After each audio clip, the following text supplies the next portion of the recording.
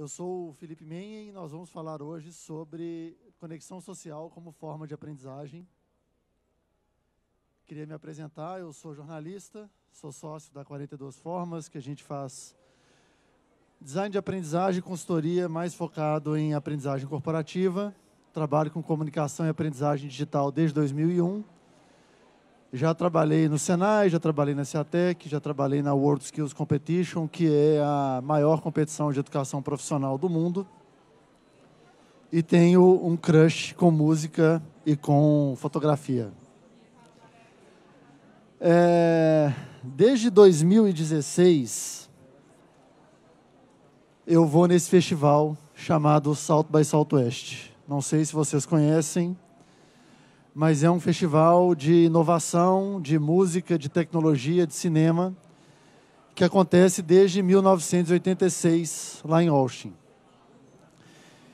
Ele começou como um festival de música e ele evoluiu para um festival de cinema e interatividade. E em 2011, junto com a Associação de Professores do Texas, foi criado o braço de educação. E aí a gente vê como tecnologia, como inovação, como educação se conversam. E tem muito um pouco disso aqui, do que a gente está vendo hoje.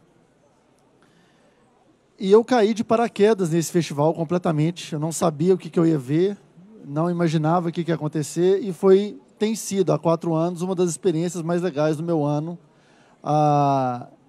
As pessoas que eu conheço, as experiências que eu conheço e os ensinamentos que eu trago comigo. E eu queria compartilhar um pouco disso, trouxe algumas fotos e alguns dos aprendizados. Eu vou falar um pouco hoje sobre os aprendizados de um festival em si e como a gente pode aproveitar essa experiência toda. E 2 coisas bem específicas, que é a conexão social, a reconexão social, e falar um pouco também das pessoas antes da tecnologia. Então, você vai para um festival desse, você é só mais uma pessoa lá, você não sabe o que você vai conhecer, e tem uma sala para 2.000, 3.000 pessoas. Tem essa possibilidade de novos olhares. Esse foi um workshop que eu fiz em 2017, se eu não me engano, sobre o uso de tecnologia. A gente estava usando aquela plataforma Scratch, junto com o Make para fazer um controle de um jogo. E aí junta pessoas, professores do Brasil, dos Estados Unidos, com as mais diferentes experiências e pontos de vista sobre a educação e aprendizagem. Você conhece pessoas, isso aqui foi esse ano, depois do meu painel, inclusive. São parte da delegação brasileira que estava lá. Você tem diferentes experiências educacionais. A Explo traz conhecimentos de física para a sala de aula usando experimentos. Esse era onde você tinha que rolar uma bolinha de tênis e fugir da boca de um urso. Então, eles colocam um storytelling, contam uma história super legal sobre como a gente tem que aprender isso. E tem conhecimento, tem bastante conhecimento. E esse ano, eu acho que foi um dos pontos mais legais. Eu levei um painel contando a experiência brasileira das educadoras Pilar Lacerda e Cleusa Repulho sobre a gestão e políticas públicas de educação no Brasil. E eu acho que é uma coisa que a gente precisa fazer, a gente precisa levar a nossa experiência. A gente tem muita coisa para compartilhar e para comparar o que a gente vê de experiência brasileira, o que tem a ver com a experiência nos Estados Unidos. A gente tem dilemas que são super parecidos e dilemas que são completamente diferentes. Então, ver essa troca de experiências, essa convergência de ideias é muito importante. E disso aí, desse ano, vieram 2 coisas que eu acho super importantes a gente falar. A primeira delas é pessoas antes da tecnologia. Nos 3 anos anteriores que eu fui para lá, a gente só falava sobre automação, sobre inteligência artificial, nós vamos perder emprego, o robô vai tomar nosso emprego. E esse ano falaram assim, peraí, gente, tem pessoas antes de tecnologia. Tem um tempo que eu vi, acho que no Estúdio I, da Globo News, alguém falando assim, eu acho que o governo deveria confiar as decisões em inteligência artificial em vez de pessoas. E a gente esquece que as pessoas, elas estão antes das máquinas. Mesmo a inteligência artificial, mesmo o machine learning, quem faz são pessoas que têm seus pontos de vista, que têm seus viés, que têm sua história de vida e vão colocar isso na programação. Então, a gente tem que pensar nas pessoas antes das máquinas. Qual é a nossa relação com a tecnologia? A transformação vai ser feita por pessoas, não vai ser pela tecnologia por si. E as pessoas fazem as máquinas. O segundo ponto é a gente promover a diversidade e inclusão na tecnologia e principalmente na sociedade. A gente entende que a sociedade, a tecnologia é uma convergência com a sociedade. E nesse ponto, dentro de um festival que discute inovação, obviamente a gente fala disso, tecnologia, mas na verdade a gente está falando disso, sociedade. Como as pessoas interagem, como a gente garante que todos os pontos de vista estão sendo cobertos dentro de uma discussão. E aí tem exemplos muito legais. Por exemplo, tem uma ONG chamada AI for All, que garante a inclusão e diversidade dentro das iniciativas de inteligência artificial, para garantir que aquilo que a gente sempre dá como garantido não seja tão dado como garantido. A gente tem que questionar muito e desenvolver as habilidades que a máquina ainda não tem. Criatividade e pensamento crítico, por exemplo. Esse ano eu vi um workshop super legal sobre o uso de fake news em sala de aula. Como você aborda a questão de fake news, como você traz essa questão para as discussões do dia a dia. E, na verdade, era uma discussão sobre pensamento crítico. A gente confia tanto hoje em algoritmo, a gente confia tanto no que o feed do Facebook te mostra, o que o feed do Instagram te mostra, que a gente para de questionar as coisas. E pensar muito sobre como a gente pode desenvolver o pensamento crítico. E é curioso porque no meu dia a dia, quando eu falo com empresas, na maioria das vezes as pessoas acham que desenvolver o pensamento crítico é ser crítico. Eu não posso desenvolver isso porque eu reclamo demais das coisas. E não é isso. É você pegar a sua experiência, é você pegar as coisas os problemas que você já resolveu, os dilemas que você já enfrentou, o seu conhecimento e questionar o que está sendo apresentado e possivelmente propor uma coisa nova. E eu acho isso muito importante, de novo, voltando quando a gente fala de algoritmos, quando a gente fala de feeds, de redes sociais, de não dar aquilo sempre como garantido e questionar uma nova forma da gente fazer as coisas. Criatividade, eu acho que é meio claro, porque a gente tem que requalificar também a criatividade. Criatividade é um dom que todo mundo pode desenvolver, todo mundo é criativo no seu dia a dia, não precisa ser da área de humanas, você não precisa trabalhar em agências de publicidade. Todo dia, todo mundo, alguém inova e é criativo no seu trabalho. Propor uma nova forma de fazer as coisas. E um terceiro ponto que eu acho que a máquina não tem ainda, e é um grande benefício para a gente, que é a empatia. Porque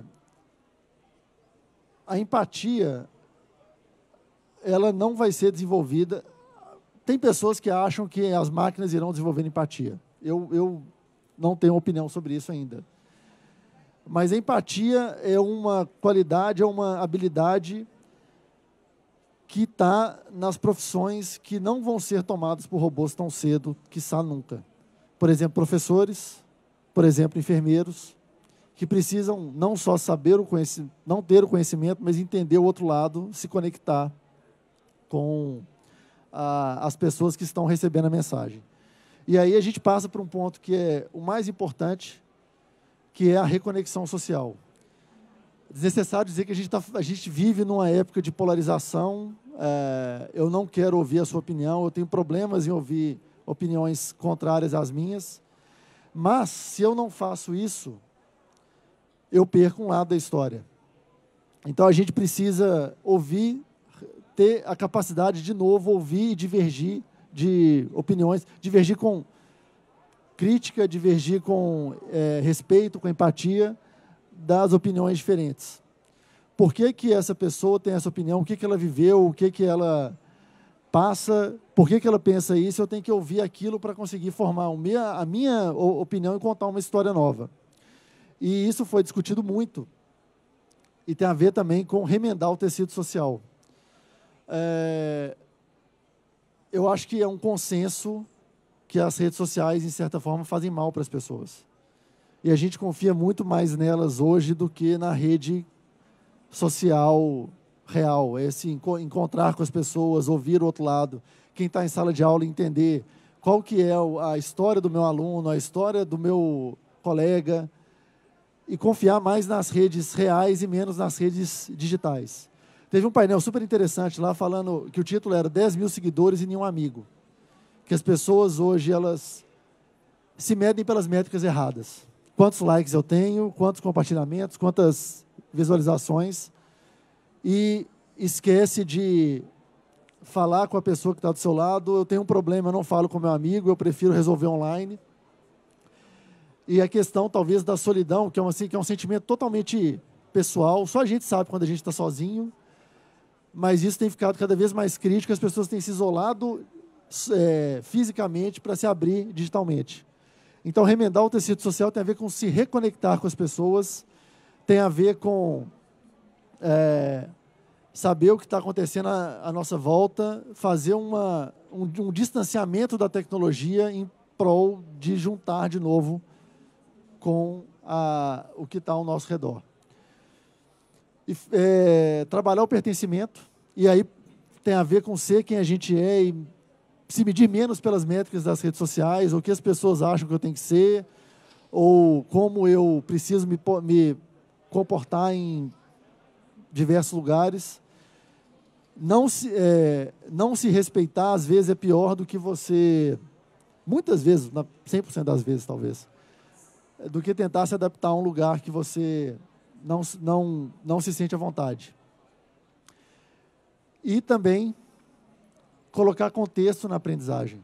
Uma coisa que foi bastante discutida, e eu acho que é um dilema para todo mundo aqui, é como é que você consegue fazer com que aquele conhecimento seja apropriado pela pessoa que está do outro lado. Tem várias alternativas. Trabalhar baseado em problema, baseado em projeto, baseado em experimento, baseado na sua vida. Mas o contexto ele precisa estar presente no dia a dia, na sociedade, principalmente na questão da aprendizagem.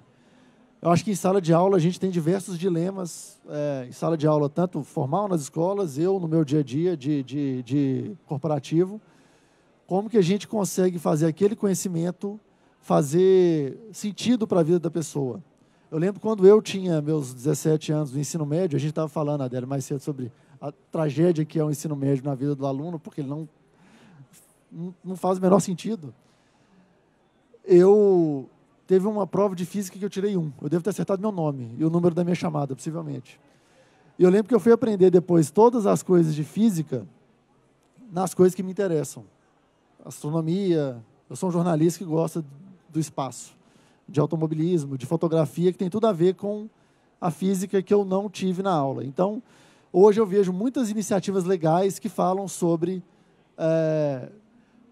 colocar esses conteúdos que são meio difíceis, às vezes, dentro do dia a dia. Eu volto para aquela história das redes sociais e das fake news, que nesse workshop que eu participei, as professoras usavam fake news para falar sobre a questão da imigração, para falar sobre a questão da imigração, por que os ingleses saíram dos Estados Unidos, ou como foi a colonização americana com base em notícias de fake news hoje.